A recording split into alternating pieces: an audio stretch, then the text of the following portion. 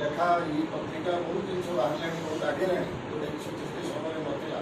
କିନ୍ତୁ ଆମେ ନୀଳଚକ୍ର ଅନୁଷ୍ଠାନ ସବୁବେଳେ ଚାହୁଁ ଯେ ଭଲ ସାହିତ୍ୟ ସୃଷ୍ଟି ହେଉ, ଶୁଦ୍ଧ ସାହିତ୍ୟ ଆସୁ, ଶୁଦ୍ଧ ବ୍ୟାକରଣଗତ ତ୍ରୁଟି ନ ରହୁ। ଆମେ ସବୁବେଳେ ଟିକେ ସେ ବାବଦରେ ପ୍ରତିବାଦ କରୁଛୁ। ଯେତେବେଳେ ଆଜିକାଲି ଯେଉଁ ଗଣମାଧ୍ୟମରେ ଯେଉଁ ଭୁଲ ଯେଉଁ ପ୍ରଚାର ହେଉଛି, ଭୁଲ ଶବ୍ଦ ଉଚ୍ଚାରଣ ହେଉଛି, ଏ ବାବଦରେ ଆମେ ସବୁବେଳେ ସଚେତନ ଅଛୁ। ଆମେ ମଧ୍ୟ କାର୍ଯ୍ୟକ୍ରମ କରୁଛୁ, ପ୍ରତିବାଦ କରୁଛୁ। ଆଉ ଗୋଟେ କାର୍ଯ୍ୟକ୍ରମ ଆମେ ଅତି ଅଳ୍ପ ଦିନ ତଳେ ନେଇଥିଲୁ। ନୀଳଚକ୍ର ପର୍ବରୁ ଆମେ କଟକର ମେୟରଙ୍କୁ ଆମେ ଭେଟିଥିଲୁ। ଏ କଟକ ଭଳି ସଂସ୍କୃତି ସମ୍ପନ୍ନ ସହର, ଏ ସହରରେ ଦୁଇ ଜଣ ବରପୁତ୍ରଙ୍କର ଏକ ପୂର୍ଣ୍ଣାୟବ ପ୍ରତିମୂର୍ତ୍ତି ସ୍ଥାପିତ ହୋଇପାରିନାହିଁ। ଗୋଟେ ହେଲା ସ୍ୱଭାବ ଗଙ୍ଗାଧର ମେହେର ଆଉ ଫକୀର ମୋହନ। ସେ ବାବଦରେ ନୀଳଚକ୍ର 3-4 ବର୍ଷ ହେଲା ଆମେ କଲେକ୍ଟରକୁ ଲେଖିଛୁ, ଜିଲ୍ଲା ସଂସ୍କୃତି ବିଭାଗକୁ ଲେଖିଛୁ। ବର୍ତ୍ତମାନ ଆମେ ରକ୍ଷାବନ୍ଧନ ରାକ୍ଷୀ ପୂର୍ଣ୍ଣିମା କରୁଛୁ। ସତ୍ୟରେ ଯଦି ଆମେ ଓଡ଼ିଆ ହେଇଥାନ୍ତେ ତାହେଲେ ଗହ୍ମା ପର୍ବ କଥା ଆପଣ ଏଇ ନିକଟରେ ହେଲା ଗମାଣ୍ଡିଆ। ଗମାଣ୍ଡିଆରେ ଆପଣମାନେ ଦେଖିବେ, ଏଇ ନିକଟରେ ହେଲା ଗମାଣ୍ଡିଆ। ଗମାଣ୍ଡିଆରେ ଆପଣମାନେ ଦେଖିବେ ଗହ୍ମା ଝୁଲଣ ତ ହେବା କଥା ସ୍ୱାଭାବିକ। ଓଡ଼ିଆ ଜାତିର ଅସୁବିଧା କେମିତି ତା ଭିତରେ ଅଛି, ଗୋଟେ ଉଚ୍ଚ କୁଦ ତିଆରି କରାହେଉଛି। ମଣ୍ଡିରେ ବାଛୁରିକି ରଖା ହେଇଗଲେ ତାହେଲେ ସେ କ୍ୱାଲିଫାଏଡ୍ ବାଛୁରି ହେବ। କାରଣ ଆଗକୁ ଯେ ହଳ ସମ୍ଭାଳିବ ସେ ତା ଭିତରେ ସେ ଯୋଗ୍ୟତା ଯଦି ଥିବ, ସେ ହଳ ସମ୍ଭାଳିବ। ଗମାଣ୍ଡିଆ ବହୁ ଜାଗାରେ ମଧ୍ୟ ଗହ୍ମା ପର୍ବ ଏଇ ଭାବରେ ପାଳନ କରାଯାଏ। ବଜ୍ର ଲାଙ୍ଗଳି ପ୍ରଭୁ ବଳଭଦ୍ରଙ୍କର ଆଜି ଜନ୍ମୋତ୍ସବ। ଯାହାଙ୍କର ବଳ ଭଦ୍ର ଭାବରେ ସମାଜ ପାଇଁ ବିନିଯୁକ୍ତ ହୁଏ, ସେ ହେଉଛନ୍ତି ବଳଭଦ୍ର।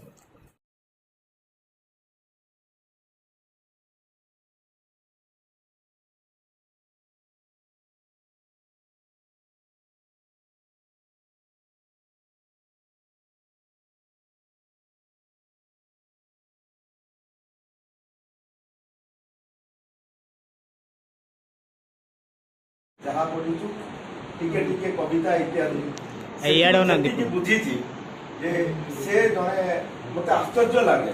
ପଞ୍ଚମ ଶ୍ରେଣୀ ପଢ଼ିଥିବା ବ୍ୟକ୍ତିର ଶବ୍ଦ ସଂଯୋଜନା ଏବଂ ସେ କବିତା ଗୁଡ଼ିକରେ ଯେଉଁ ପ୍ରକାର ନୀଳଚକ୍ର ଶୁଭେଚ୍ଛୁମାନେ ପାଳନ କରୁଛୁ।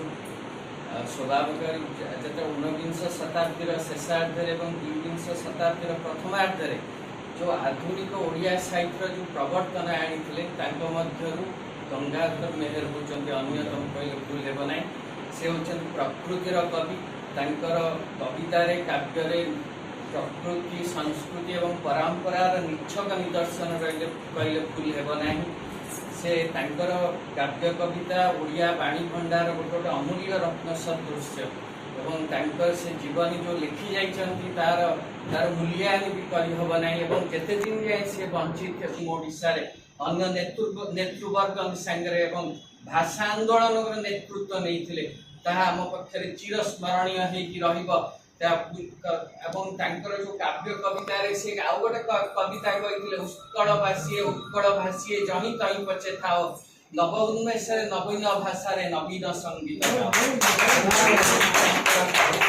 ଏବଂ ତାଙ୍କର ଯେଉଁ କାଳଜୟୀ କବିତା ଯେ ମାତୃଭୂମି ମାତୃଭାଷାରେ ମମତା, ଆଜି ପ୍ରତ୍ୟେକଟି ଲୋକଙ୍କ ପାଇଁ ଗର୍ବ ଏବଂ ଗୌରବର କବିତା। ଆଜି ଯଦି ମାତୃଭୂମି ଏବଂ ମାତୃଭାଷାକୁ ଉଚ୍ଚରେ ରଖିଲେ ହିଁ ଗୋଟେ ମଣିଷ ତାର ଲକ୍ଷ୍ୟ ସାଧନ ହେଇପାରିବ ଏବଂ ଲକ୍ଷ୍ୟ ସ୍ଥଳରେ ପହଞ୍ଚି ପାରିବ। ସେଇଥିପାଇଁ ଆଜି ଗଙ୍ଗାଧର ମେହେର ଏ ଜାତିକୁ ଭଲ ପାଇଥିଲେ, ତାର ଭାଷାକୁ ଭଲ ପାଉଥିଲେ, ତାର ସଂସ୍କୃତିକୁ ଭଲ ପାଉଥିଲେ, ତାର ପରମ୍ପରାକୁ ଭଲ ପାଉଥିଲେ ଏବଂ ଅଖଣ୍ଡ ଓଡ଼ିଶା କଥା ଚିନ୍ତା କରୁଛନ୍ତି। ଆଜି ନୀଳଚକ୍ର ସେଇ ଅଖଣ୍ଡ ଓଡ଼ିଆ କଥା, ଓଡ଼ିଶା କଥା ଆମେ କଦାପି କୋଶଳ ରାଜ୍ୟ କଥା ବିଭାଜନ ଓଡ଼ିଶାକୁ କରିଦେବୁ ନାହିଁ। ଆମେ ଆଜି ଓଡ଼ିଆ ଏତିକି, ଆମେ ଯେତିକି ଉପକୂଳକୁ ଭଲ ପାଉ ତାଠୁ ଅଧିକ ପଶ୍ଚିମ ଓଡ଼ିଶାକୁ ଭଲ ପାଉ। ଆମେ ଯେତିକି ଓଡ଼ିଆ କଟକିଆ ଭାଷାକୁ ଭଲ ପାଉ ତାଠୁ ବେଶୀ ସମ୍ବଲପୁରୀ ଭାଷାକୁ ଭଲ ପାଉ। ଆମେ ଯେତିକି ଅଧିକ ସମ୍ବଲପୁରୀ ଓଡ଼ିଶୀ ନୃତ୍ୟକୁ ଭଲ ପାଉ ତାଠୁ ଅଧିକ ସମ୍ବଲପୁରୀ ନୃତ୍ୟକୁ ଭଲ ପାଉ। ଆସନ୍ତୁ